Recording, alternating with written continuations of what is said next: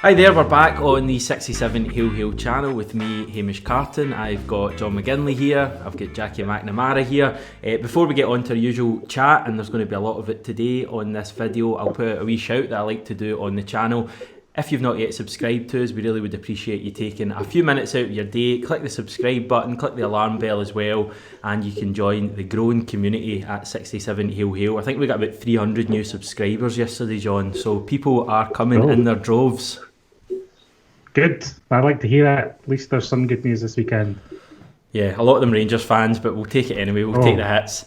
Right, let's get into it. Jackie, where'd you start with that over the weekend? We're now 11 points behind, more drop points, more disappointment. Yeah, I think really disappointed with the performance, the first half especially. I thought it was slow and flat again. I think that's just trying to put your head around it, why the inconsistency, and that seems to be the biggest problem. You get I know the performance wasn't brilliant against Millwall, but it was better. There was signs there in coming back against Aberdeen. But it just sometimes just comes back. I don't know if some players come back for international duty. They've only had a day work with O'Neill and the rest of the coaching team, but it just seemed very, very flat, very predictable in the first half, and gone through the motions and passed it sideways and back again. Obviously at 2-0 down, you would take the draw. At that point, you couldn't. To be honest, I couldn't see us scoring. That was a disappointing thing. I couldn't see us scoring, and obviously looking at it, you're concerned because it's a chance to close the gap and put the pressure on Rangers for the Sunday game. And we're not been doing that, and that's what you need to do when you're chasing. In terms of games in hand, having that consistency. And they don't seem to have the consistency just now. Yeah, it seems for me anyway to be all trending in one direction. You will be aware that the fan reaction to the latest draw has been fierce, Jackie. There's a lot of people calling for Lennon to go. It feels to me like a majority rather than a vocal minority, but it's at the very least a vocal minority. What would your message be to those supporters today who are hurting and feel like we need a change in management? Yeah, I think it's strange times because everything's social media, everything's online now. Because we're not at the game. Had the fans at the game, at the home games especially, and you would see the discontent there, and you would get the measure of it. But just now the measure's online, and sometimes it's not even Celtic fans there, so it's really hard to gauge. And it does seem that there's a lot of people wanting change and wanting Neil out. There's a lot of people didn't want Neil at the start. Even he's been doing well and winning. So it's really hard to gauge just now. But I think for Neil, it seems to be in like survival mode at the moment. The team, the draws. Had we not got the draw, I think they might have sacked him then. I think possibly, yeah. But we're getting the draw. You could argue that the players are still trying for him and getting back to 2 goals down and mentality. But it's something obviously you're wary of. Having the 2 games in hand, but just now you just don't know what we're going to get with the team. We don't know what team is the best team at the moment, the best formation, the best system, best subs, the best goalkeeper, the best centre halves. There's so many questions I think about the team and in general. And you kind of scratch your head, right? What is the best formation? What is the best structure? Defensively, I read some stuff today. Chris Boyd talking about our fullback, and I agree with him. The fullbacks are playing as wingers. They're getting judged as wingers just now. The shape of their team, it's relying on certain things in the team rather than doing their own jobs. Defensively, first and foremost, I know we scored 2 goals, which we're fortunate to get at the end of the game, but we're conceding goals again. Silly penalty, which is uncharacteristic of Bruni. Not falling in, not anticipating that the goal is going to save it, or maybe not have the confidence that he is going to save it. I don't know. Then the second goal is just schoolboy header down. Nobody goes for the header. He runs in. I don't feel it's a good finish with his left foot across the face, but should never happen. Yeah, you mentioned the wing backs there, and I think Laxalt's came in for a lot of praise in general, and I think he has been quite a good signing. But he was targeted by Hibs on Saturday. You saw the amount of balls they put over him and Frimpong as well in the second half. I mean, the second goal comes from a ball that's played and Frimpong doesn't jump at all. He's just watching it, and so is Beaton. We look at all these different problems, John. The goalkeeping issue, centre back, midfield's an issue, striker is a big issue for me as well. But is there a danger that it's almost irrelevant formations and players when there's just a bigger thing going on at the club at the moment? Yeah, but you know what? For all the criticism Lennon's getting, you sometimes feel that the players get off the hook a little bit because, all the focus is on Lennon. But the players have been just as culpable during this run. You see it. You know they're not playing good enough. And it's obvious because they start playing better when they're 2 goals down, which is the most depressing thing. It's the nature of these games. Even when we're winning, we're bailed out at Dundee United. We've spoken about all this before. It's just so difficult at the moment. And for me, it all comes back to Lennon, as I've said. But, perhaps the best way to frame it is not not how we feel we want to happen, but what will happen. And Jackie, you know a little bit about how Celtic do business and you know a bit about the way the club operates. Do you see them making a change, or are they just going to try and keep this going for as long as possible? I'd be surprised if we'd done something in the back of the weekend. But I think it's twofold. I think they either back him at this point, because there's so much hysteria around it, around Neil losing his job, and or people talking about the players will be uncertain. So I think you need some kind of either support and say, look, we're back the manager, we're right behind him, and he can galvanise, because it looks a bit them and us at the moment. He's criticising the players for being lazy or this, and it's creating a divide inside the dressing room. So I think either has to get the backing and get the players back on side, knowing that he's going to be there, because there's a lot of uncertainty there, and then players are not looking around to see who's the rumours coming in, who's a new manager, and it's I think it needs to be resolved quickly. Yeah, it's been absolute radio silence from the club basically since Saturday, which is fairly unusual off the back of a draw, as people might know. It's usually, they usually go very silent on the back of a poor defeat, but there's been nothing from the club apart from wishing Scott Bain happy birthday yesterday. Hamish, how do you feel about that silence? And would you like a bit more communication from Lennon or the club, or about what might happen? There's one bit of communication I want right now, and it's a statement from Celtic, and you know what I want the statement to say. I'm sorry to be that blunt about it. That's the way I feel at the moment with the way this team's playing. I think we're all roads are leading towards Ibrox at the start of the year, and personally, if you're asking me how I think things will play out over the next few months, I think we've got a favourable fixture list, a run of fixtures. I think we might go on a win and run, because the games are games that even a struggling Celtic team should be winning. The majority of them are at Celtic Park.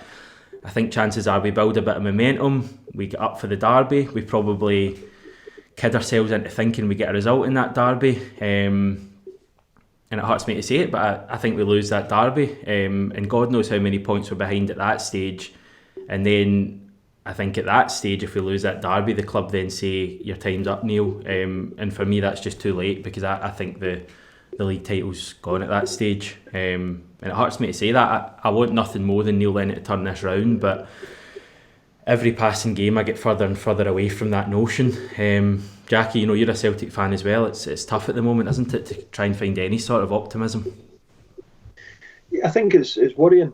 I think the inconsistencies are worrying, and obviously Rangers are winning their games. In the last few, they've won very comfortably, and we're struggling along. We've won good games, as I said, a reasonable good game. We go and lose. You talk about Dundee United, we were fortunate there. Teams know how to play against us, and that coming up against us just now, I think it would be the same. I would make your team very narrow, try and force them down the outside, and it's coming for their 2 fullbacks. There are 2 ones there, so you need to have a plan B to get in behind. We're at our best when we get in behind teams, and the ball's getting cut back or put across the face, and we're not doing that. Not doing that enough, and turning teams, relying too heavily on Frimpong, who last year was doing everything, getting to the byline. Now he's not doing that. He's getting the ball and he's running inside with it on his left foot, trying to score, have a shot with his left foot. Laxalt has not created an assist yet. I know he got the goal the weekend. His final ball has not been good enough, and he comes out of position. He's never in the position, or never in a position to get back in time.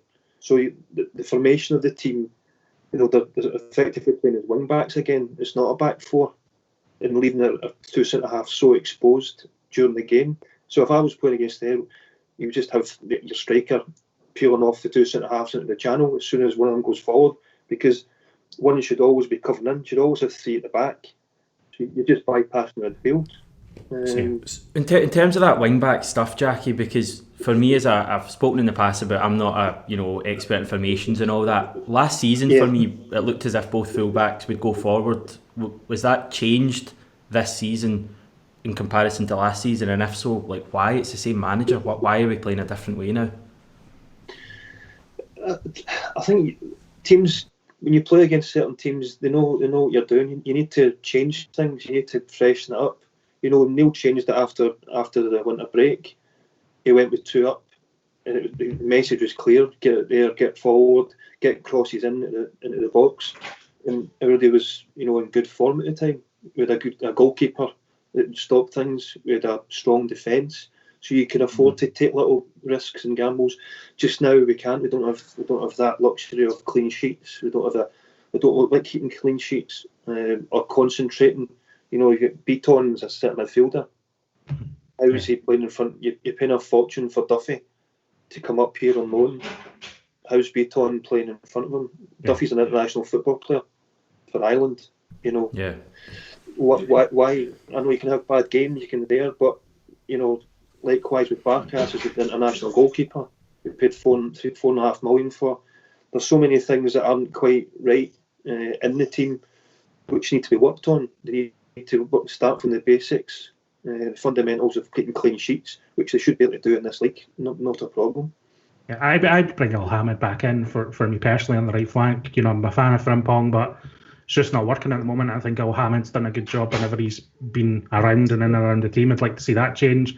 As soon as Turnbull's back from his COVID, I'd like to see him back in the team as well, just because you might as well at this point, because it's not working. So we do need to change our ideas. We do need to change up. We need to try and rustle something loose here. If Lennon isn't going to go, then the change can only come on the pitch, and hopefully he's wise enough to see that. Yeah, I mean, Al-Hamid, it's a Frimpong, it's his second season. The kid done well, come breaking in, but he needs help. He's not the finished article. He's never going to be the finished article straight away. He's going to make mistakes. You've seen it in the cup final. He gets the wrong side against Rangers. He gets sent off. Fortunately, Foster saves the penalty and we win, and it's all kind of brushed away. But these are little things there. The weekend, he's at the wrong side as well. He's not one or the other. And the ball's headed in the channel, as I said, and Beaton's on the back heels, like he was at the penalty, and the lads come across the face, and it's a good finish to be fair to him. He's put in the right area, but it should never happen. That penalty goal we conceded, I watched that back today, that is about as bad as I've ever seen. And see, if you watch, Murphy slams the ball in, and then about 5 or 6 Celtic players are all standing looking at each other. Ayer's going daft, Scott Brown's just doing nothing, and they're all just staring at each other. It's just, that is not a happy camp. And if you just needed to know that, you only have to watch that 3 seconds, because the camera kind of sticks with it as after Hibs scoring. It doesn't look good. We've got a lot of Celtic fans watching this, Jackie. They're probably looking for some sort of positive. Can you offer anything up at the moment for us to look ahead to and be positive about? Yeah, I've seen Charlie McGrew talking about, he was 18 points behind. They've done it before. It's just more or less the same group of players. You need them to step up. You need Neil to step up. You need, as I said, you have to have one or the other. You either back him and say, this is a man that's going to, we believe in, is going to take the club, and get the 10 in a row, or it goes the other way, because just now there's so much uncertainty, and because the fans are not at the stadium, it becomes 10 times worse, the noise on all the platforms. Up until Saturday I was very confident still. I have to say I was very confident. After Saturday, I'm kind of looking at and a wee bit concerned. For the first time, I have to say, there were signs there at the start of the season. I thought they'll get the momentum. They'll take the wee little bits out of their game and get that confidence, get that run and momentum that they need to take on. But I think Saturday was a concern. I know we've not won at Easter Road since 2014, which is incredible, really, when you think about it. You know, it is sometimes a difficult place to go. We spoke about it last week. You know, in terms of the pitch, it's a big pitch. Easter Road, it's you need legs in there. But Hibs sat in, as I said, sit narrow. You've always got a chance. You know, play them through the lines. You know what we're going to do, and you become predictable, and it becomes predictable watching it. But I still believe we have good enough players there to turn it around. You know, we spoke about last month about fitness after the Rangers game. How can you be unfit in October? You know, Edouard on the bench, Ajeti needs. I think Ajeti needs to play alongside someone. He's not a lone striker. Yeah. He can't play as a hold up. He'll not run the channels. He needs people around him. If teams are sitting in, is what they would do. You know, sitting against them, say, well, there you go. You're not going to hurt us, and that proved the case again. Whereas he's got his goals by crosses coming in the box, somebody else around him, and he's been sharp in there. That's his game. And it's people playing to their strengths we need. Yeah, Ajeti's 100% a penalty box striker who plays best alongside someone, and I cannot believe he's been started as a lone striker at the moment. Like, I just can't believe it. John, any final comments? No, I think we've covered everything. We've talked a lot about the game and what it means on a variety of shows now, and we just need to wait and see what happens now. And hopefully, you know, I'm as hopeful as anyone that we can pick up some results this week, but we'll just need to wait and see. The difficulty is, I mean, you know, the names as well.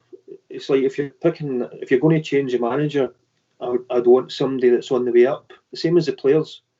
You know, if you talk about the players coming in, the recruitment of the players. You know, we spoke about earlier on about Barkas. Yes, you know, he's on the up. You would argue in his career, but like Duffy, you know, he's not been good enough for Brighton and wanting him out.